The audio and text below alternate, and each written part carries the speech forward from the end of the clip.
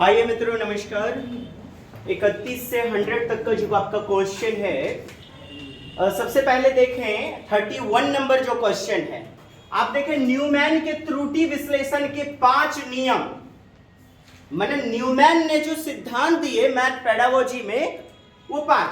सबसे पहले देखिए, कोई बालक प्रश्न को पढ़ेगा, क्या करेगा? पहले प्रश्न को पढ़ेगा, तत्पश्चात प्रश्न को समझना, अंडरस्टैंडिंग करेगा। क्या करेगा? अंडरस्टैंडिंग, प्रश्न को समझना, कॉम्प्रिहेंडिंग या अंडरस्टैंड।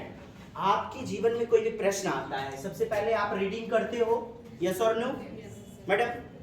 उसके बाद अंडरस्टैंड, ठीक।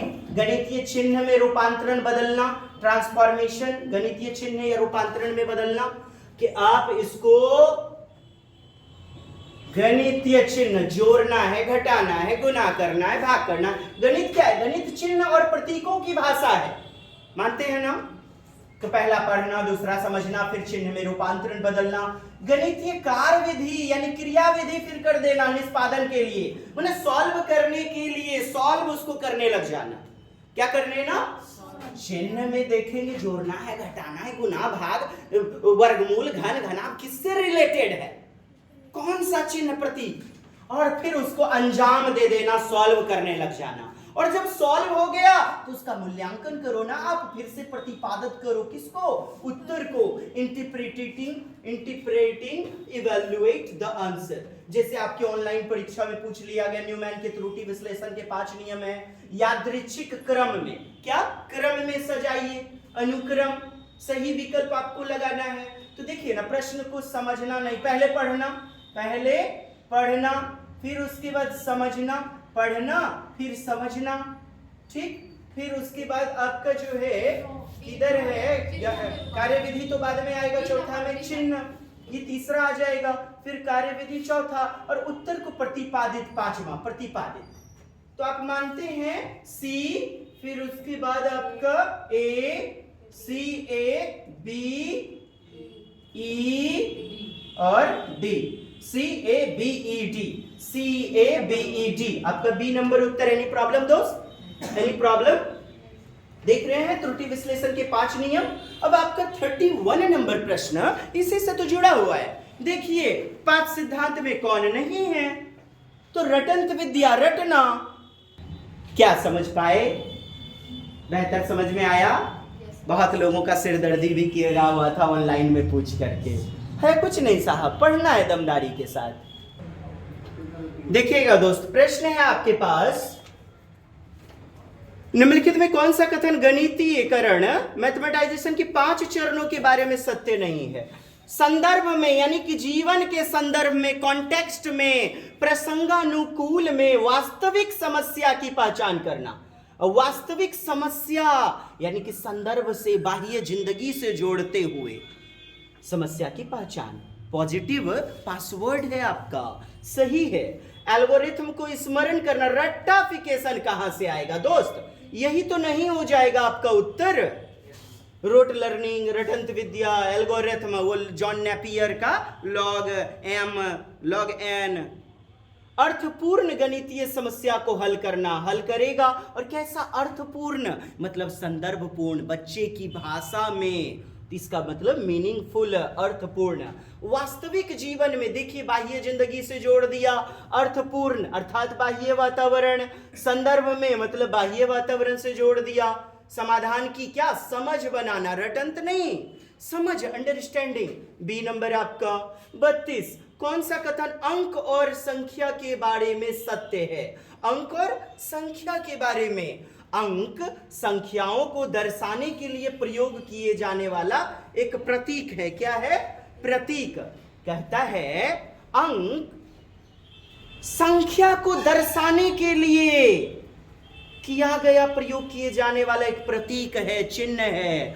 गणित प्रतीकात्मक होता है, चिन्हात्मक प्रतिनिधित्व करता है।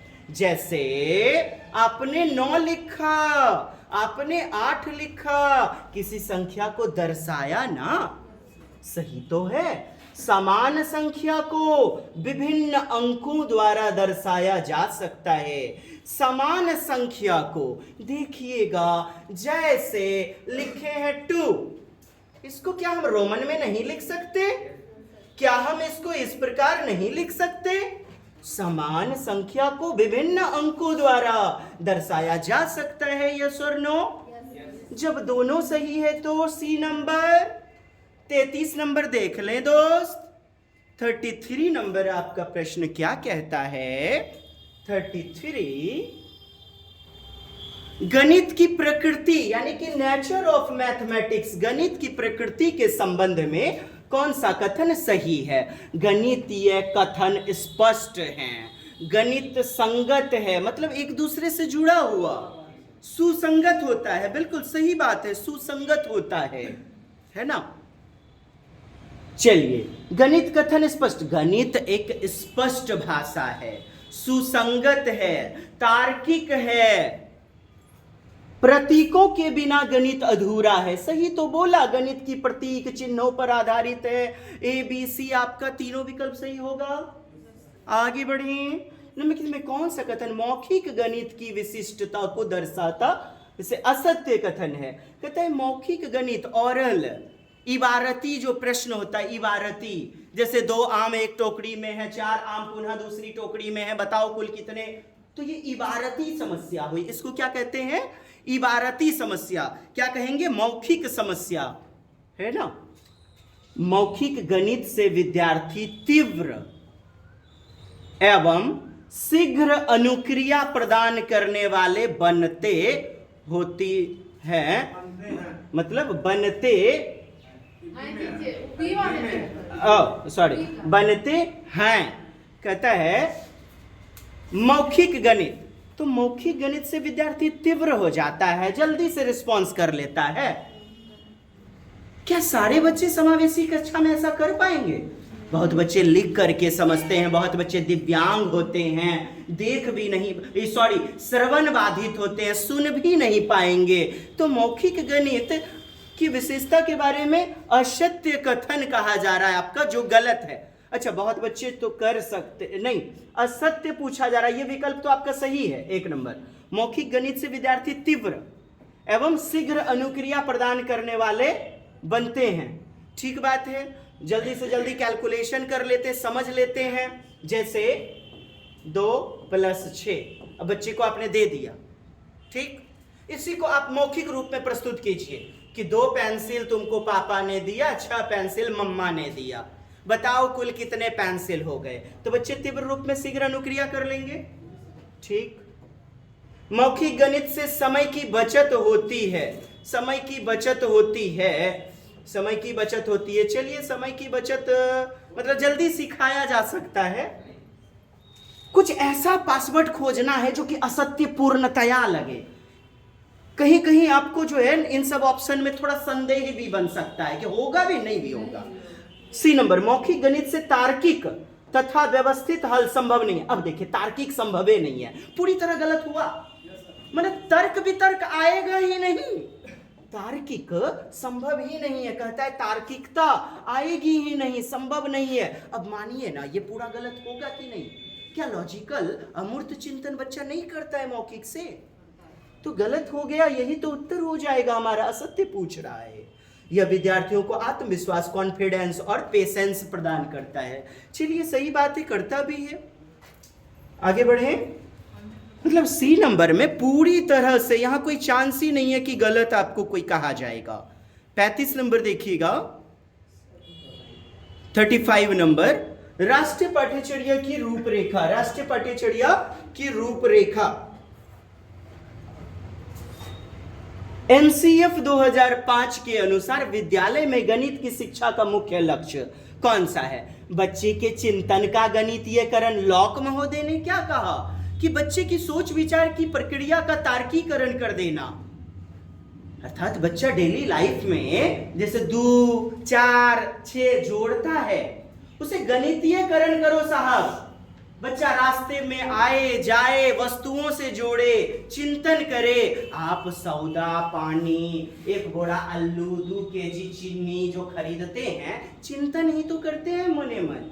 तार्किकीकरण तो गणितीयकरण कर दिया जाना है, मैथमेटाइजेशन of thinking of a child. गणित अध्ययन का एक अनिवार्य विषय होना चाहिए। गणित के बिना तो जिंदगी अधूरी है। नेपोलियन ने कहा, हमारे संप्रदाय समाज को यदि समृद्धशाली बनाना है तो किसका विकास करवाया जाना चाहिए? तो बताइए, एक अनिवार्य हिस्सा होना चाहिए कि नहीं? सही बात है, सही है। गणित को बच्चों की दैनिक जिंदगी के अनुभव से संबंधित करना, बिल्कुल डेली लाइफ से रिलेटेड कर देना, सभी सही हो जाएंगे। 36, कक्षा 5 के छात्र समस्या को सही ढंग से हल करने में सक्षम थे, लेकिन समस्या आधे में कितने भाग शामिल हैं, आधे में कितने भाग शामिल हैं को हल करने में सक्षम नहीं थे। आधे में कितना भाग? 1/2, दूसरा भाग ना शामिल हैं, को हल करने में सक्षम नहीं थे। इसका निम्नलिखित में क्या कारण हो सकता है? देखिए, 5वीं कक्षा का छात्र सही ढंग से हल कर लेता है, सक्षम है।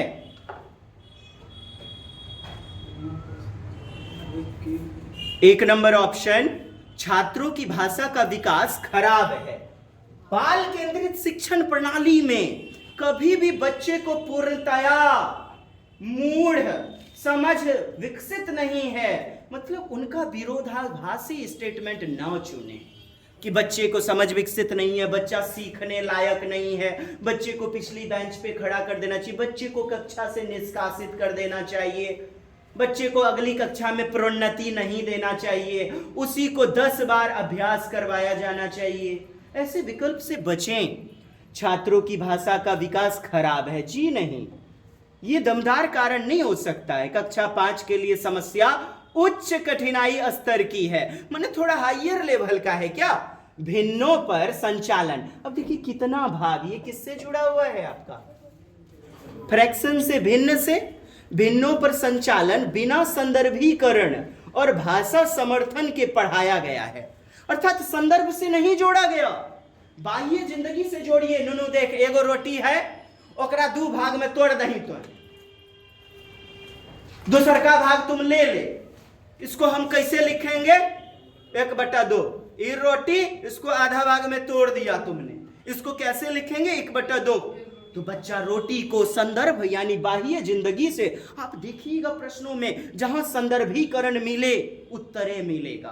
कंटेक्सचुअलाइज कर देना। संदर्भीकरण का मतलब होता है बाह्य जिंदगी के संदर्भ से जोड़ना। बाह्य जिंदगी के क्या करना? संदर्भ से जोड़ देना, संदर्भ से जोड़ देना। ये दमदार लग रहा है, चूंकि भिन्न से जोड़ दिया, और यहां प्रश्न भी आधा यानी भिन्न से रिलेटेड है। मानते हैं इस बात को?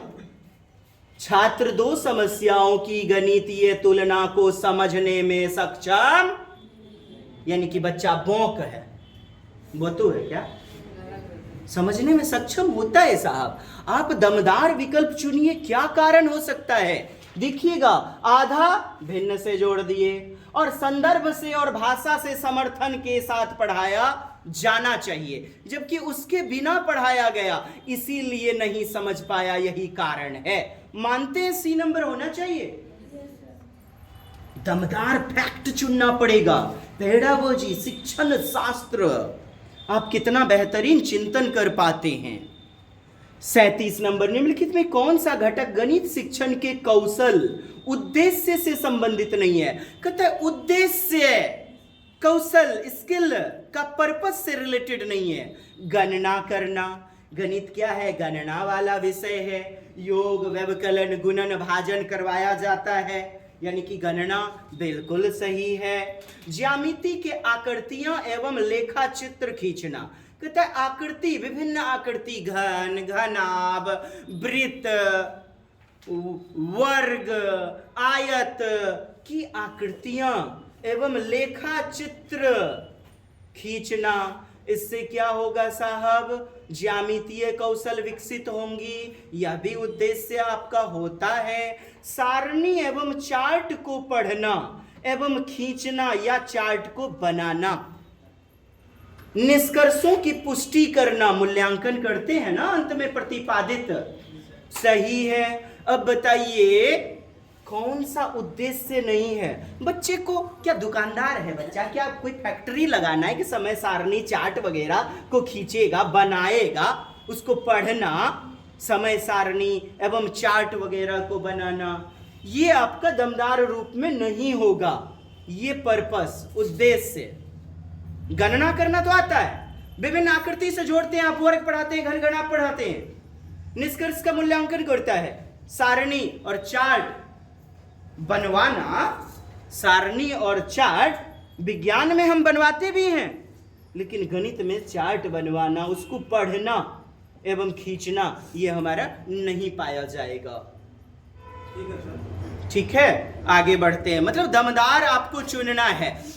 आप करोगे कंफ्यूजन, देखिए ये दोनों तो पूरी तरह सही है, आप कंफ्यूजन करेंगे बी में, लेकिन वही है कि आयत घन घनाभ बच्चे को दूसरी कक्षा पहली कक्षा से ही ये 6 क्लास से ऊपर की बातों में करेंगे आप, जहां अमूर्त चिंतन हायर लेवल का लगेगा। 38 नंबर देखिएगा, निम्नलिखित में कौन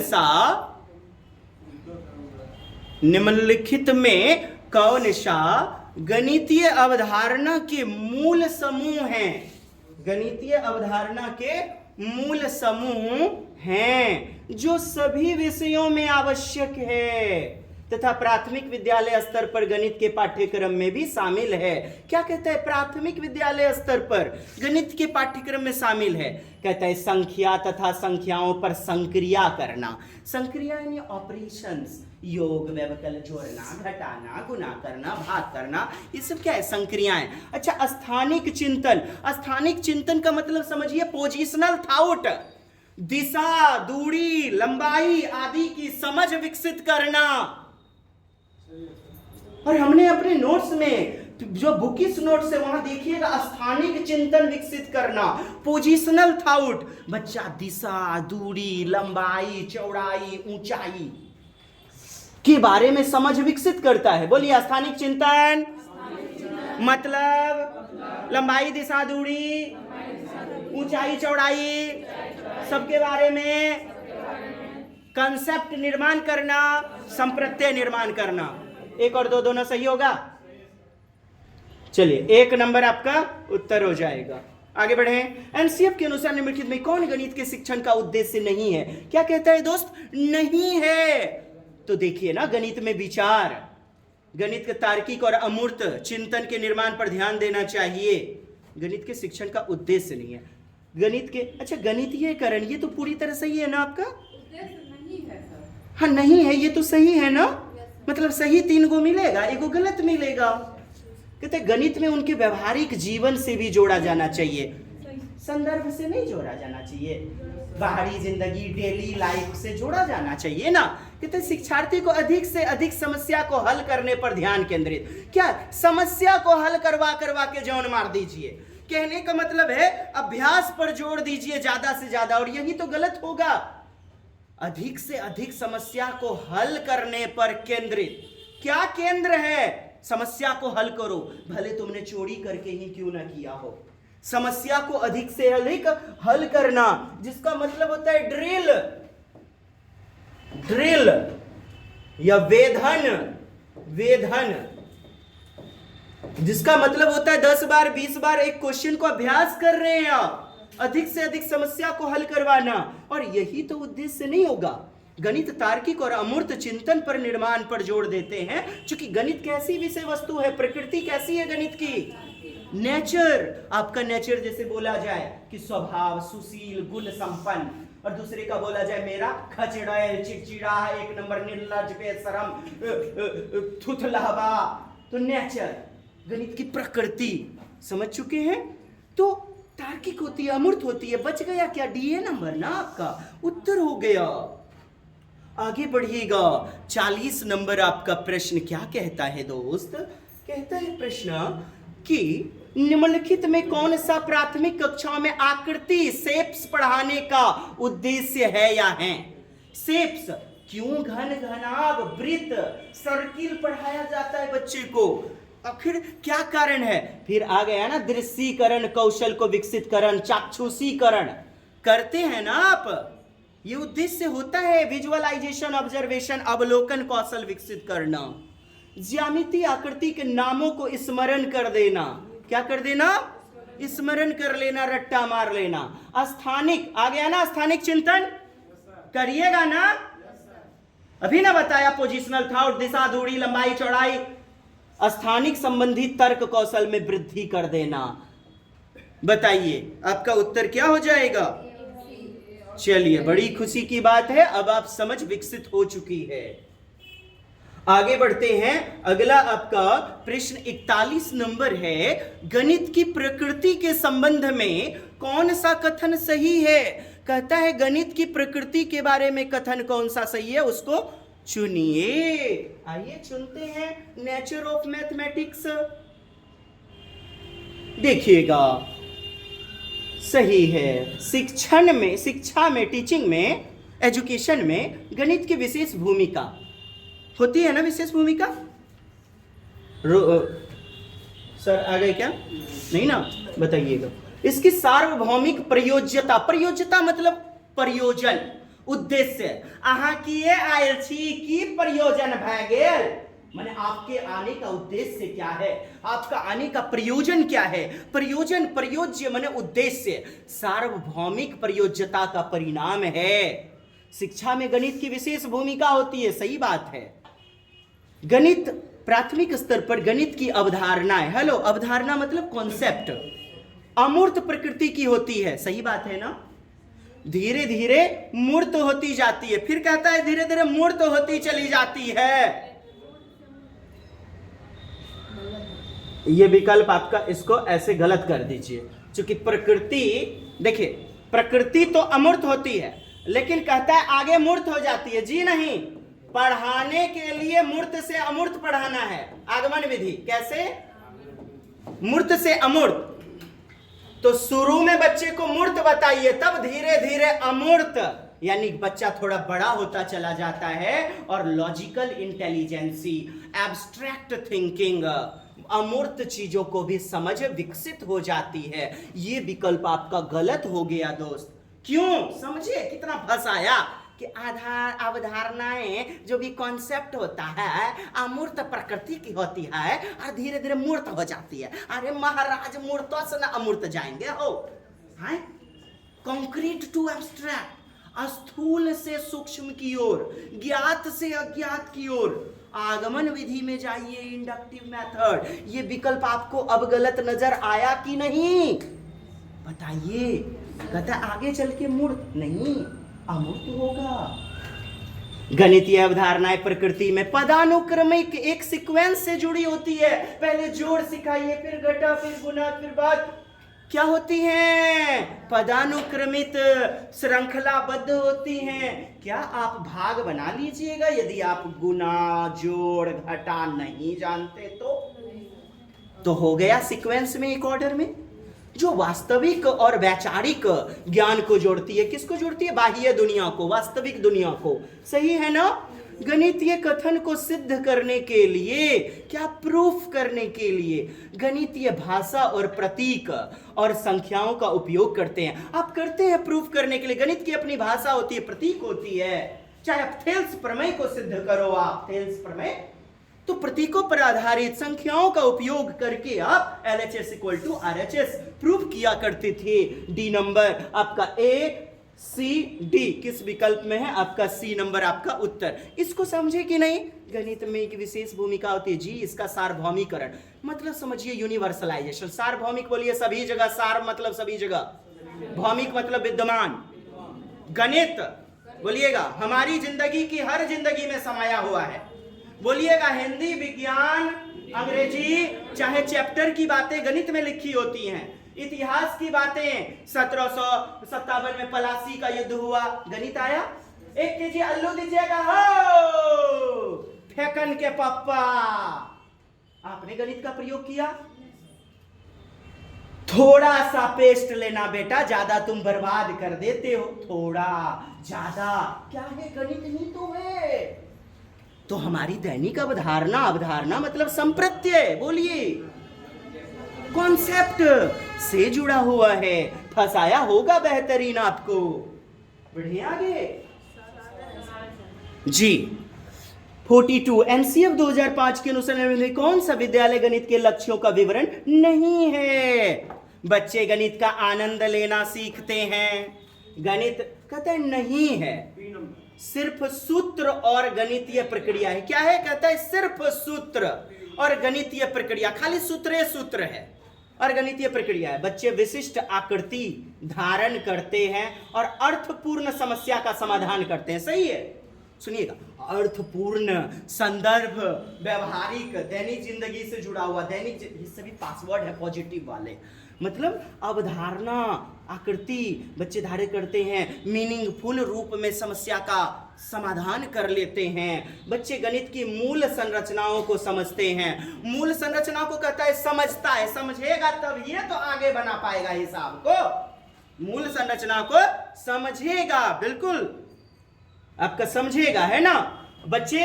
अच्छा, ये आनंद वाला कहता है यहीं पे लग जाता, बच्चे गणित का सिर्फ आनंद लेते हैं। क्या लेते हैं? तो यह भी गलत हो जाता।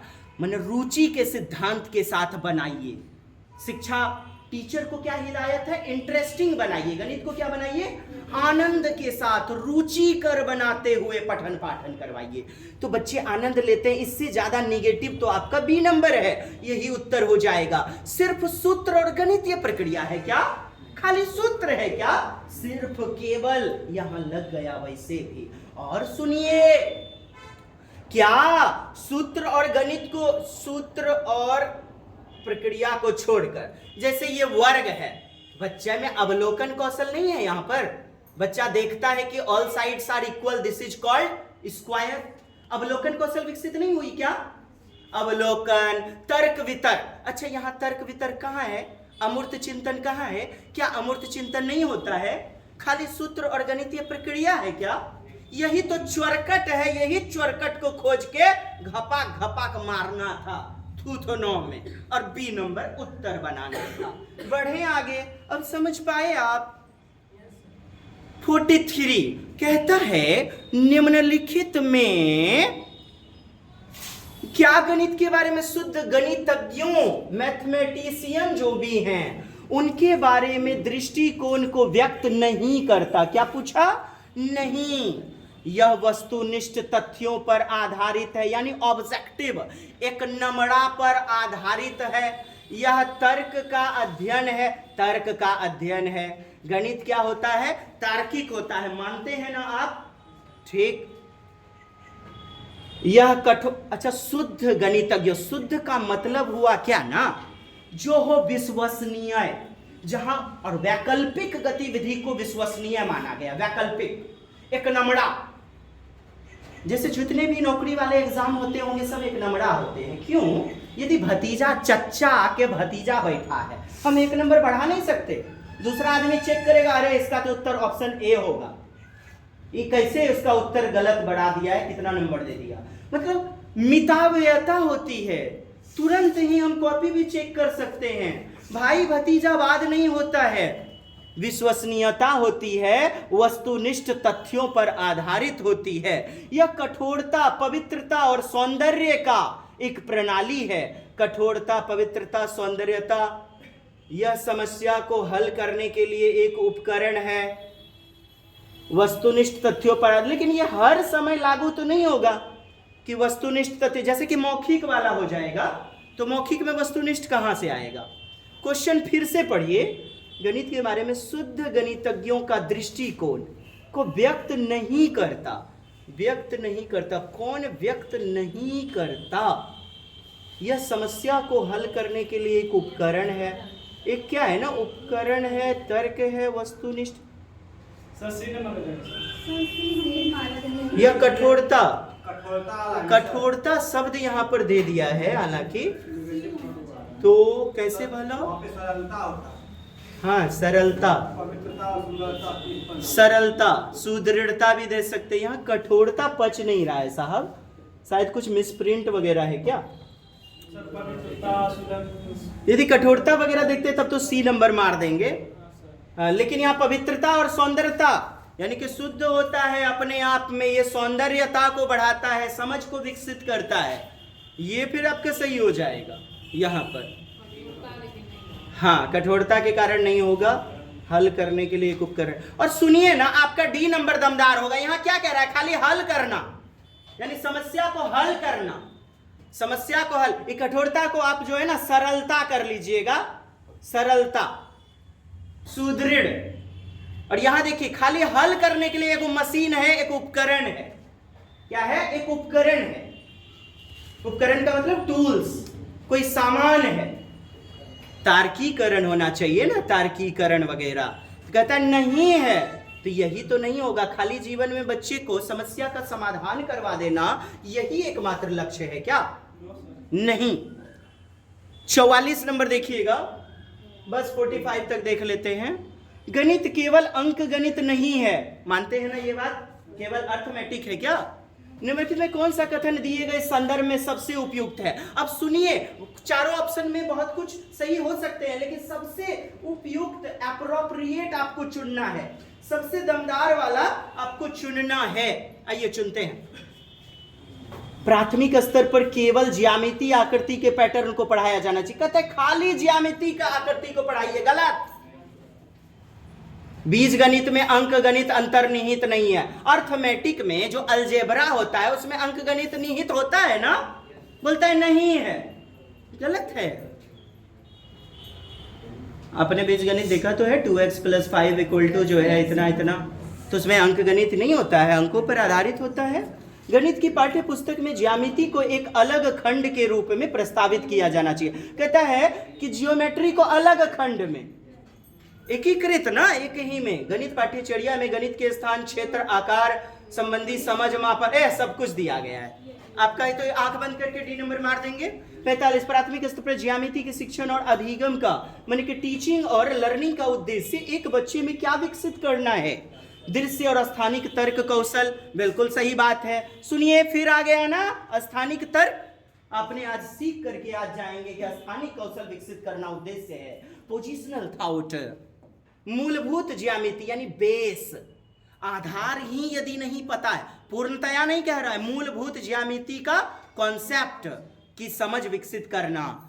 आयत, वर्ग से जोड़ना, वृत्त, सर्किल। नुनु देख, दादी के चश्मा देखल छी, नुनु घर कौआ चले ले छी, कहन होता है गोल, सर, इसी को तो सर्किल कहते हैं। तो आप मूलभूत ज्यामिति की अवधारणा की समझ विकसित करते हैं। तर्क वितर्क की क्षमता को विकसित करना, डी नंबर आपका उत्तर सही पाएंगे। मिलते हैं अगली दमदार कक्षा में, 46 से 100 तक को देखेंगे दोस्त। तब तक के लिए इतना ही। अच्छा लगे तो प्लीज शेयर।